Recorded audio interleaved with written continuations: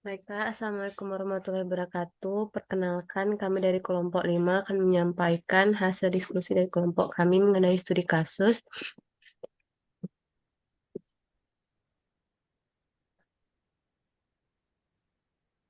di mana beranggotakan yang pertama Diamesya Sukaima Bismarck dengan BP 201094-1031, Ramadhani BP 201094-2020, Atiyah Sabiha Topani BP 201094-2035, Muhammad Abdul Rohim BP 201094-3014, dan Dian Rana Ramli BP 201094-9001. Baiklah, berikut untuk nilai beberapa parameter untuk perbandingan kualitas air baku dengan peraturan Permenkes nomor 2 tahun 2023 dan PPRI nomor 22 tahun 2021. Pertama untuk TDS dengan nilai 1.500 mg per liter tidak memenuhi berdasarkan Permenkes nomor 2 tahun 2023, untuk TSS tidak memenuhi, bau tidak memenuhi, warna tidak memenuhi, keruhan tidak memenuhi, suhu tidak memenuhi, untuk DO juga tidak memenuhi. Selanjutnya untuk pH memenuhi di mana eh, rentang dari peraturannya itu 6,5 sampai 8,5, sedangkan nilainya itu 8. Untuk COD tidak memenuhi, BOD tidak memenuhi, mangan tidak memenuhi, untuk timbal 0, besi 1 mg per liter tidak memenuhi, nitrit memenuhi, nitrat memenuhi, sulfat memenuhi, dan koliform sama E. coli tidak memenuhi. Baiklah, selanjutnya itu ada perhitungan penyisihan. Untuk TDS, dapatkan penyisihannya itu sebanyak 1.200 mg per liter.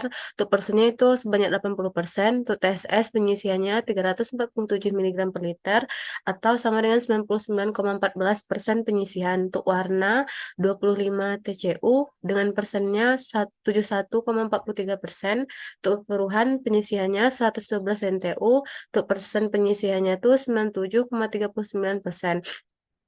Selanjutnya itu DO untuk penyisihannya 3 mg per liter, persen penyisihannya 42,86%. Untuk COD mendapatkan penyisihannya 5 mg per liter dengan persen penyisihannya itu 16,67%. Selanjutnya itu ada BOD dengan penyisihan 6 mg per liter, untuk persennya 75%. Selanjutnya ada besi dengan penyisihannya 0,8 mg per liter dengan persen penyisihan 80%. Untuk nitrat 5 mg per liter penyisihannya, untuk persen penyisihannya 20%.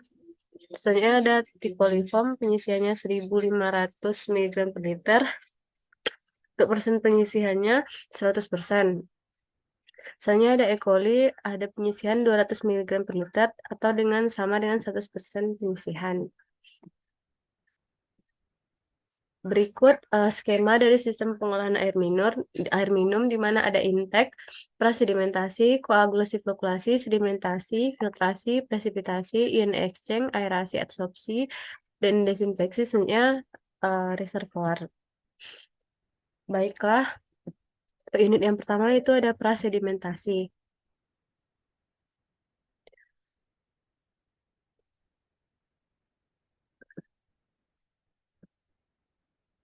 Di mana berikut kriteria desain untuk unit prasedimentasi. Diketahui dari persen penyisihan TSS pada perbandingan yang tadi itu 99,14% dengan konsentrasi awalnya 350 mg per liter, kedalaman 1,4 meter, fenol 0,1 cm per detik. Berikut kriteria desainnya. Sedangkan V dapat dicari dengan H per T itu 1,4 meter per 30 detik sama dengan 0,0467 meter per detik. Berikut grafik hubungan kecepatan dan fraksi tersisanya. Untuk V pengendapan dapat dicari dari H per T, sedangkan sedangkan nilai F0-nya itu dapat dicari dengan 300 300 per 330 atau FT per F0. Next, didapatkan nilai DF dengan aksis Y dan V dengan aksis X dikali mendapatkan nilai F dikali DF-nya. Dapatkan R-nya, persen R-nya itu 26%. Karena persen penyelesaian TSS hanya 26% dari 330 mg per liter atau 85,8 mg per liter, maka untuk menyisihkan TSS yang tersisa ada sebanyak 244,2 mg per liter dan dilanjut dengan unit selanjutnya.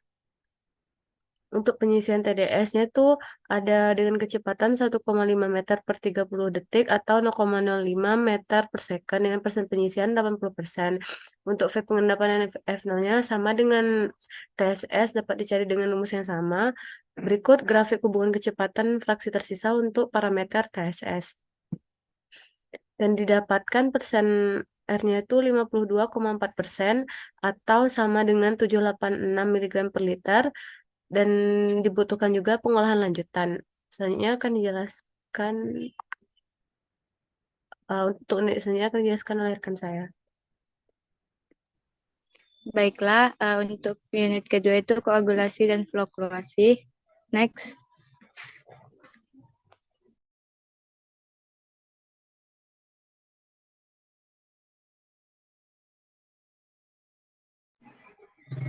Yang pertama koagulasi dengan kriterianya debitnya 0,13 meter kuadrat per detik, gaya gravitasinya 9,81, kecepatan alirnya pada belokan 2 meter per second. Next.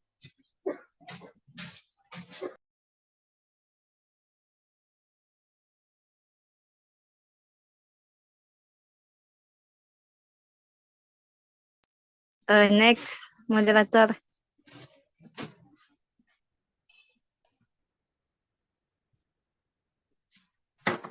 Lalu di sini terdapat parameter untuk unit ini, yang mana ada volume airnya, tinggi airnya, perbandingannya, luas bak, tinggi bak, lebar bak, panjang bak, volume baknya. Lalu yang kedua itu ada kecepatan aliran airnya, yaitu hasil yang didapatkan untuk kecepatan alirnya itu 0,9 meter per second. Lanjut, next. Lalu yang ketiga tuh ada kecepatan pada belokan yang mana hasilnya 2 meter per second. Lalu yang keempat ada jumlah belokan. Jumlah belokan termasuk tinggi jatuhan, jumlah belok dan jumlah belokan. Lalu yang kelima ada head loss. Head loss-nya didapatkan 2,5 meter. Lalu yang keenam ada konsumsi daya listrik yang mana dapat hasilnya 3,95343. Lalu waktu detensinya 60 detik, beban salurannya 0,0030 per detik. Lalu untuk mekanisnya, yang pertama ada jenis pengadukan. Hasilnya didapatkan pengadukan pedal. Yang kedua itu kecepatan 140. Yang ketiga konsumsi daya listrik 3,95343. Next. Lalu untuk pneumatisnya yang pertama tuh dimensi bak. Dimensi bak untuk ada panjang, lebar, dan tinggi. Lalu yang kedua gradien kecepatannya. Lalu yang ketiga waktu detensinya 60 detik. Lalu yang keempat konsumsi daya listriknya sama seperti yang sebelumnya. Next.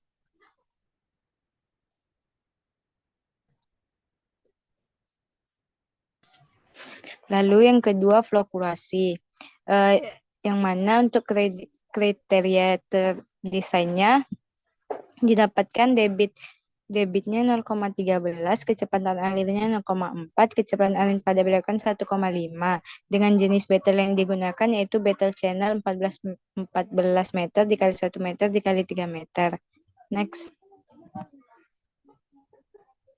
Lalu ini ada parameternya. Untuk hidrolis yang pertama ukuran saluran dengan baffle. Ada volume airnya, luas bak, tinggi bak, lebar bak, panjang bak, dan volume bak. Lalu yang kedua kecepatan alirannya 0,4 meter per second. Lalu yang ketiga kecepatan pada belokan hasilnya 1,5 meter per second. Lalu yang keempat jumlah belokannya. Next.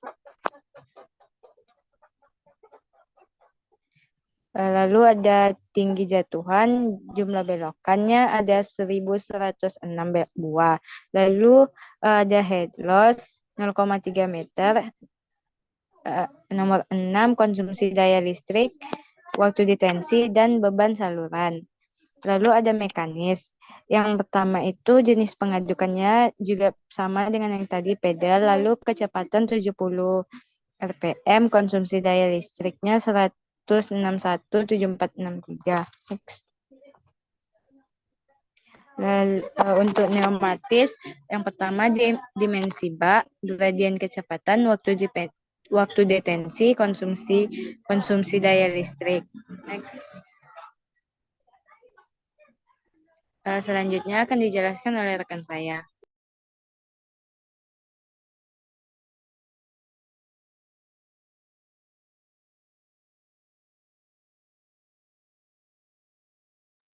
Baik, untuk selanjutnya itu unit sedimentasi.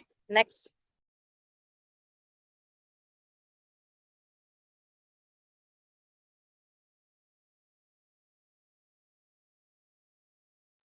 Untuk unit sedimentasi ada desain perencanaan unit tanpa tap settler, di mana untuk panjang SO, panjang dan lebar, serta waktu detensi dan yang lainnya dapat kita lihat pada slide. Next. Kemudian berikut ditampilkan persentase penyisian TSS pada setiap pengukuran. Dan untuk persentase removalnya kita dapatkan 93%. Next. Kemudian berikut kedalaman serta waktu. Next. Berikut ditampilkan grafik iso konsentrasi dari hasil test batch. Next. Karena waktu yang digunakan 100 menit, maka penyisian total pada waktu tersebut adalah 89,9%. Kemudian untuk perhitungan overflow rate, kita dapatkan 57,6 meter kubik per hari per meter kuadrat. Untuk desain, nilai dari hasil percobaan dilakukan dengan faktor scale up, sehingga pengisian totalnya 89,5%. Kemudian untuk waktu detensinya 2,9 jam. Dan untuk hasil dari overflow rate itu sendiri adalah 37,44 meter kubik per hari per meter kuadrat. Next. Dikembalikan kepada moderator.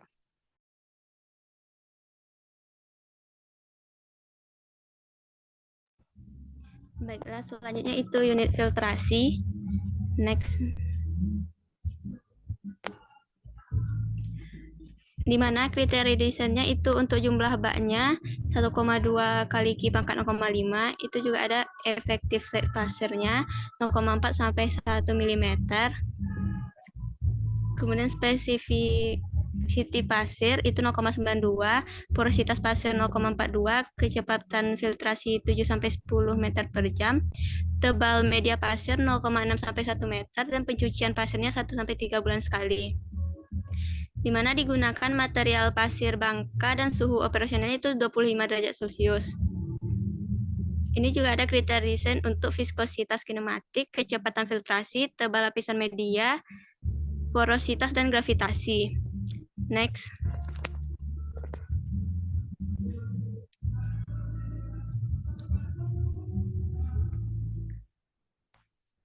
Untuk mencari perhitungan head loss pasir itu dapat dilihat pada tabel, di mana ada ketebalan, didapatkan juga DP-nya, nanti fraksi berat, NRE, CD, dan CD dikali X per DP-nya. Kemudian dicari kecepatan backwash yang diperlukan untuk ekspansi media, di mana didapatkan VB-nya itu 0,0039 meter per detik. Next.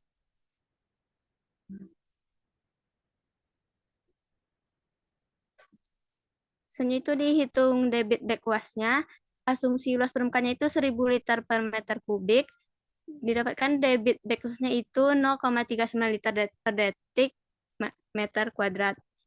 Selanjutnya itu dicari head loss awal backwash, asumsi panjang media filtrasinya 30 cm, didapatkan head loss-nya itu 62,3 cm atau sama dengan 0,623 meter.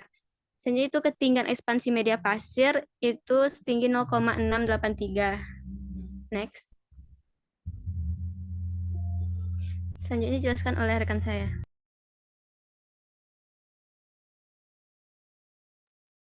Berikutnya itu ada aerasi.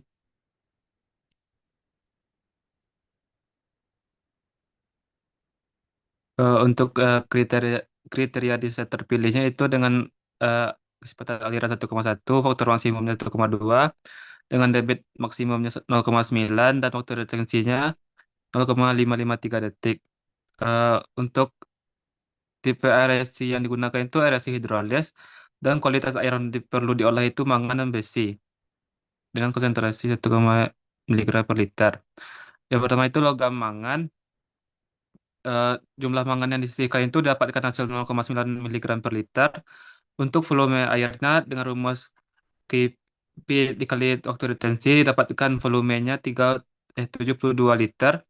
Untuk mangan yang akan disisihkan dalam air itu dengan rumus volume air itu dikali dengan 0,9 miligram per liter didapatkan 64,8 miligram. Untuk jumlah O2 untuk penyisihan mangan dengan rumus miligram mangan per 3,4 miligram didapatkan O2 yang diperlukan itu 19,05 miligram.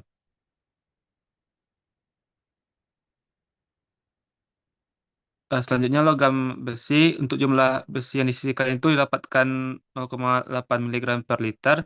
Untuk volume airnya dengan rumus Km dikali TD didapatkan volume air 72 liter. Untuk besi yang akan disisihkan dalam air itu dengan rumus volume dikali 0,8 miligram per liter didapatkan 57,6 miligram per liter. Dan jumlah O2 yang diperlukan untuk penyisihan besi itu 16,9 miligram.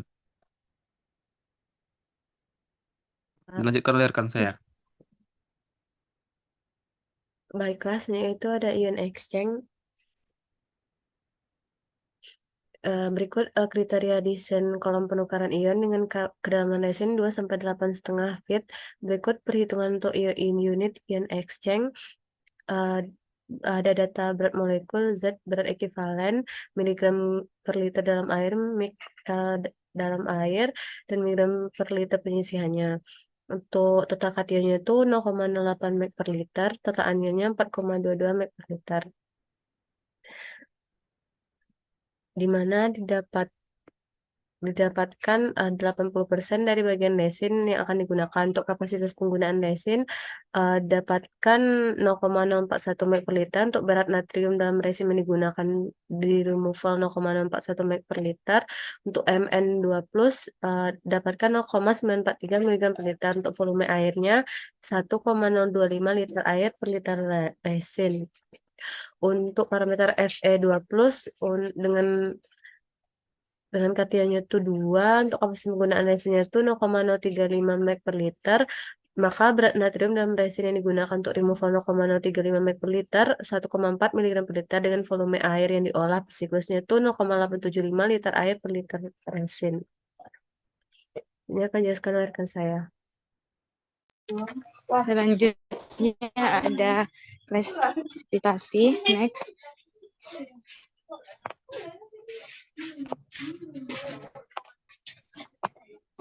Yang untuk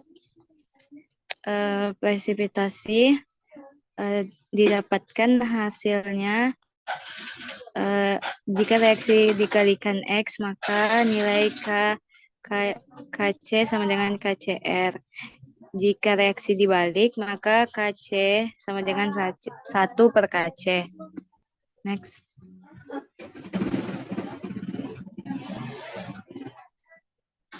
Selanjutnya akan dijelaskan oleh rekan saya. Selanjutnya adalah ada absorpsi. Next. Untuk absorpsi, massa granular, konsentrasi kesetimbangan, dan lainnya dapat kita lihat pada slide. Next.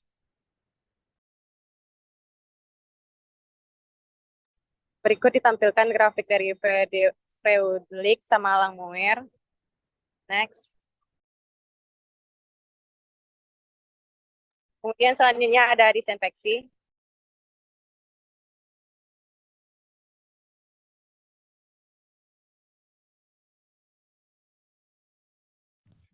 Baiklah, selanjutnya itu desinfeksi, di mana kriteria desain terpilihnya bisa dilihat pada slide. Next. Berikut adalah perhitungan unit kimianya, di mana ada baknya 2 buah dengan volume 0,13, kemudian ada volume olahan, luas, diameter, klorin yang dibutuhkan, dan dosis klorinnya. Next, nah. Ini juga, selanjutnya itu juga ada data asumsi untuk menghitung inaktivasinya. Next, nah. Di mana untuk menghitungnya itu ada untuk clear well dan pipa transmisi. Didapatkan persentase inaktivasinya itu 31,3%. Next. Nah. Selanjutnya dijelaskan oleh rekan saya.